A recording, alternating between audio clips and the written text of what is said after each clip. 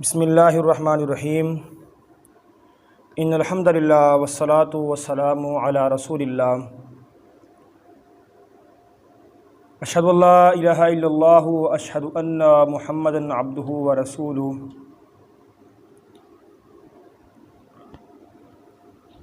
اما بعد فإن خیر الحدیث کتاب اللہ وخیر الحدی حدی محمد صلی اللہ علیہ وسلم وشر الامور محدثاتها وکل محدثۃ بدعہ وکل بدعۃ ضلالہ وکل ضلالۃ فی النار۔ اعوذ باللہ السمیع العلیم من الشیطان الرجیم من حمزہ ونفخہ ونفثہ۔ بسم اللہ الرحمن الرحیم۔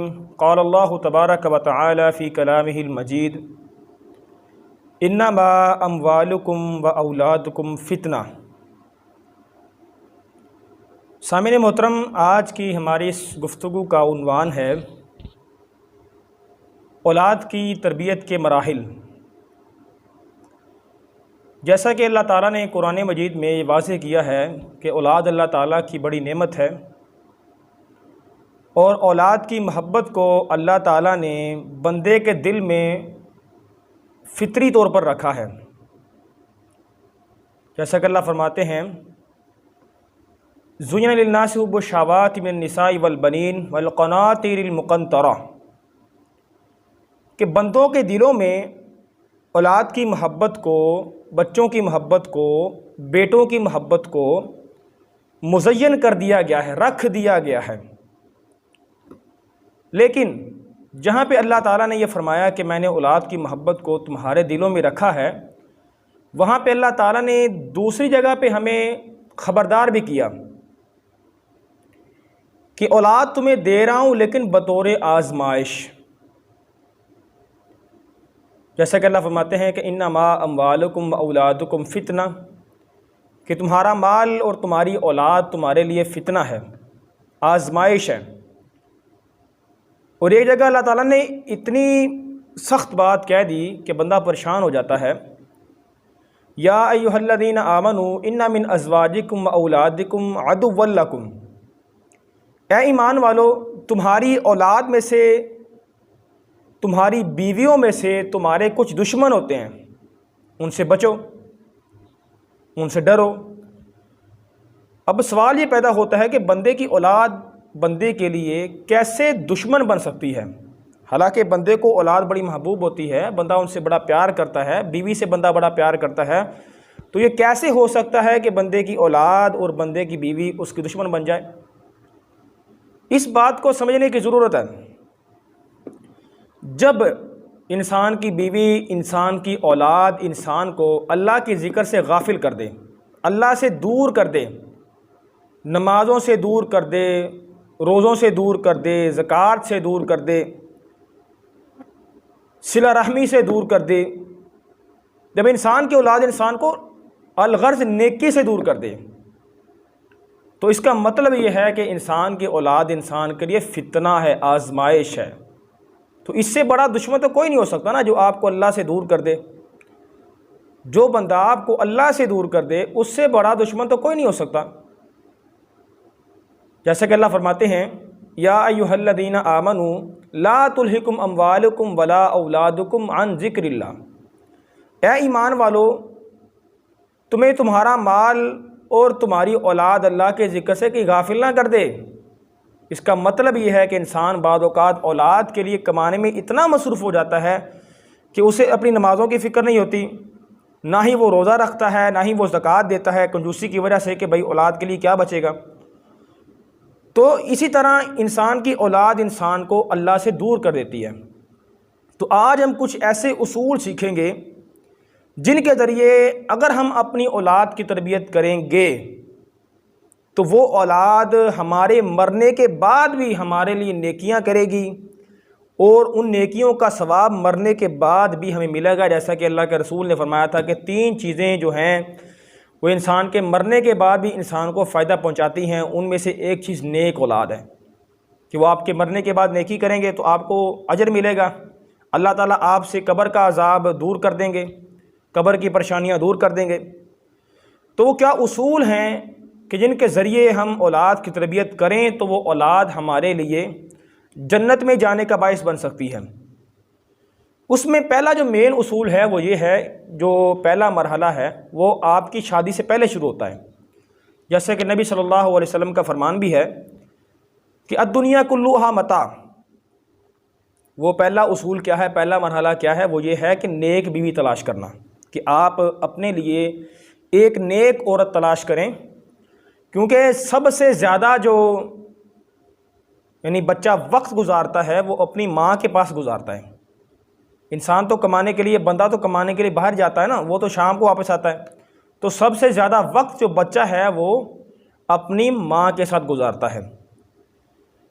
اب اللہ کے رسول کا فرمان ہے کہ الدنیا کلھا متاع وخیر متاع الدنیا المرأۃ الصالحہ، کہ دنیا ساری کی ساری فائدہ ہے، ساز و سامان ہے، لیکن دنیا کا سب سے بہترین فائدہ یہ ہے کہ آپ کو نیک عورت مل جائے، نیک بیوی مل جائے۔ اور ایک حدیث میں آتا ہے کہ اللہ کے رسول نے فرمایا اربع من السعادہ، 4 چیزیں انسان کے لیے سعادت کی علامت ہیں۔ اگر بندے کے پاس وہ 4 چیزیں ہوں تو اس کا مطلب یہ ہے کہ بندہ وہ خوش نصیب ہے، خوش بخت ہے۔ ان میں ایک چیز المرأۃ الصالحہ بھی ہے۔ تو اس کا مطلب یہ ہوا کہ اگر آپ چاہتے ہیں کہ آپ اپنی اولاد کی تربیت صحیح کریں، اسلام کے مطابق کریں، تو اس کے لیے سب سے پہلے نیک بیوی تلاش کریں۔ یہ بڑا اہم مرحلہ ہے، کیونکہ بچہ سب سے زیادہ وقت ماں کے پاس گزارتا ہے، اور اس چیز کو سمجھنا بہت ضروری ہے، کیونکہ اسی پہ آپ کی پوری زندگی کا انحصار ہوتا ہے۔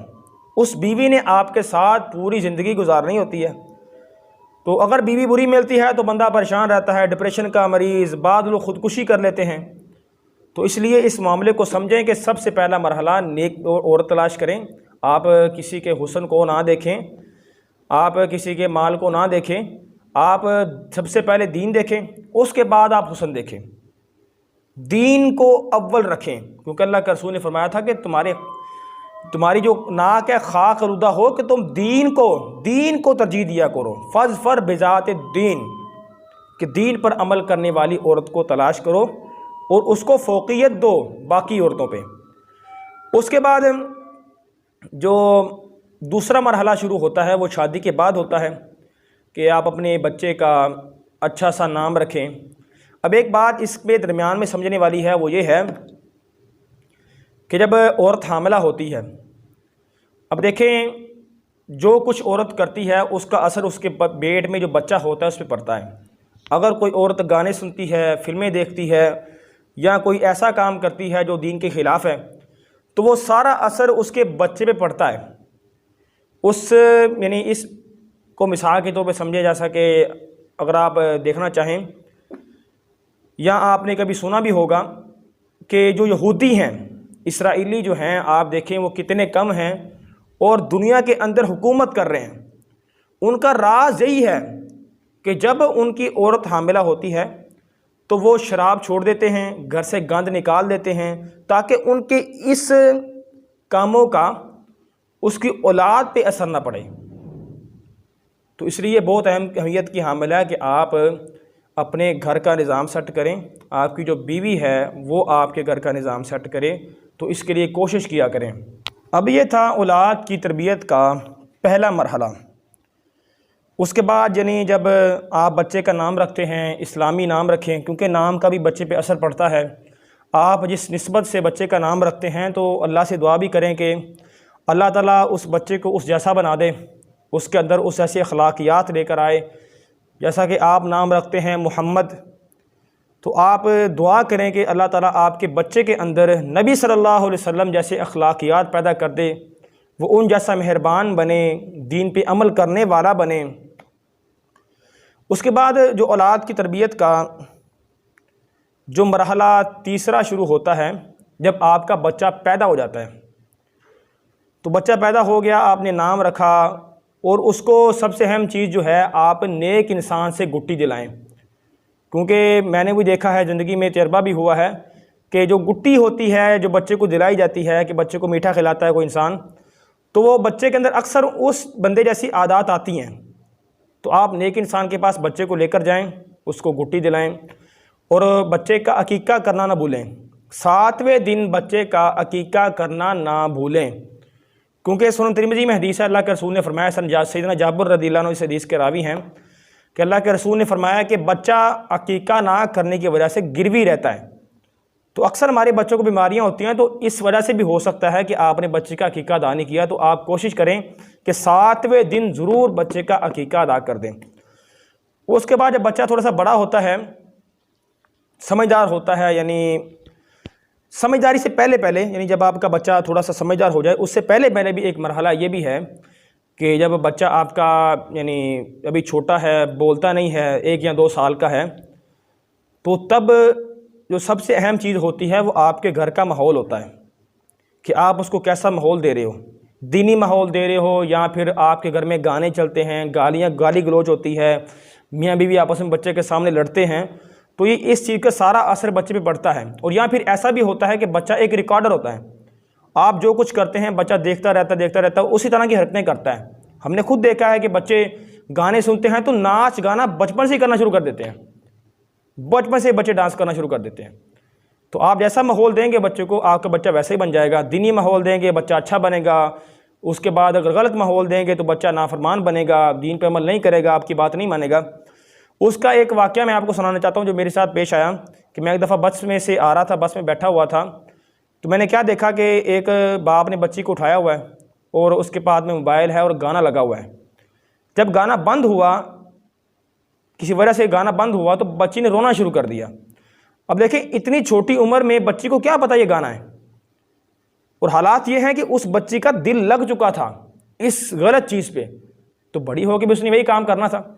تو اس لیے گھر کا ماحول اچھا رکھیں. گھر میں بچے کے سامنے خاص کر ماں باپ کو ایسی حرکت نہ کریں جو غیر شرعی ہے، جو بچے کے سامنے نہیں کرنی چاہیے تھی. تو اس کے بعد جب بچہ آپ کا سمجھدار ہوتا ہے، یعنی 7 یا 10 سال کا ہوتا ہے، تو بچے کی جو چیزیں ہوتی ہیں مین سمجھانے والی، وہ ہیں بچے کے عقائد سیٹ کرنا. کہ بچے کو سمجھائیں کہ بھائی تم مسلمان ہو، تمہارا دین اسلام ہے، تمہارا رب کون ہے، اور اس بچے کو سکھائیں کہ اللہ کے علاوہ کسی سے مانگنا نہیں ہے. توحید سکھائیں، عقیدہ توحید اس کا مضبوط کریں، اور بچپن سے بچے کو سب کچھ سکھا دیں کہ تو نے دین پہ عمل کیسے کرنا ہے، اور اس کو ایسا ماحول دیں. جیسا کہ اللہ کے رسول صلی اللہ علیہ وسلم نے سیدنا عبداللہ بن عمر کو سکھایا تھا کہ ایک دفعہ اللہ کے رسول کے پیچھے سوار تھے اونٹنی پہ، تو آپ نے ان کو کہا ہے یا غلام، اے بچے، احفظ اللہ یحفظک، کہ تو اللہ کے قوانین کی حفاظت کرے گا تو اللہ تعالیٰ تیری بھی حفاظت کرے گا. اور اس کے بعد اللہ کے رسول نے سکھایا کہ جب بھی تو پریشان ہو، تو نے سوال کرنا ہو تو اللہ سے سوال کرنا ہے. اب دیکھیں اللہ کے رسول عقیدہ بنا رہے ہیں، کیونکہ آپ بچے کو یہ سمجھائیں گے کہ بھائی اللہ سے مانگنا ہے، تو بچہ لوگوں سے نہیں مانگے گا، کیونکہ اللہ کے رسول کا فرمان ہے کہ من تکفل علی اللہ یسأل الناس شیئا، کہ جو بندہ مجھے اس بات کی ضمانت دے کہ وہ لوگوں سے کبھی نہیں مانگے گا، تو اللہ کے رسول نے فرمایا میں محمد صلی اللہ علیہ وسلم اس بندے کو جنت کی ضمانت دیتا ہوں. اور بچے کو سکھائیں. اس کے بعد اللہ کے رسول نے فرمایا کہ وَإِذَا اسْتَعَنْتَ فَاسْتَعِنْ بِاللَّهِ، کہ بچے جب بھی تو نے مدد مانگنی ہو تو اللہ سے مدد مانگنی ہے. اور اللہ کے رسول بچے کو سکھا رہے ہیں کہ بھائی اگر تیرے نصیب میں کوئی چیز اللہ نے لکھ دی ہے تو پوری دنیا اگر اس کے خلاف ہو وہ چیز تجھے مل کر رہے گی، اور اگر تیرے نصیب کے اندر کوئی چیز اللہ تعالیٰ نے نہیں رکھی تو چاہے پوری دنیا وہ چیز تجھے دینے کی کوشش کرے وہ تجھے نہیں مل سکتی. تو یہ اللہ کے رسول سکھا رہے ہیں بچے کو، اس کا عقیدہ سیٹ کر رہے ہیں. تو آپ بھی اسی طرح بچے کا بچپن کے اندر عقیدہ سیٹ کریں، اس کو سکھائیں کہ بھائی کیا دین ہے، آپ نے کیا کرنا ہے، کس سے مانگنا ہے، آپ کا رب کون ہے. تو اس کے بعد جب آپ کے بچے بڑے ہو جاتے ہیں تو مین مرحلہ ایک یہ آتا ہے کہ بچوں کے درمیان انصاف کریں، کیونکہ اللہ کے رسول نے فرمایا 3 دفعہ اللہ کے رسول نے فرمایا کہ اعدلوا بین ابنائکم،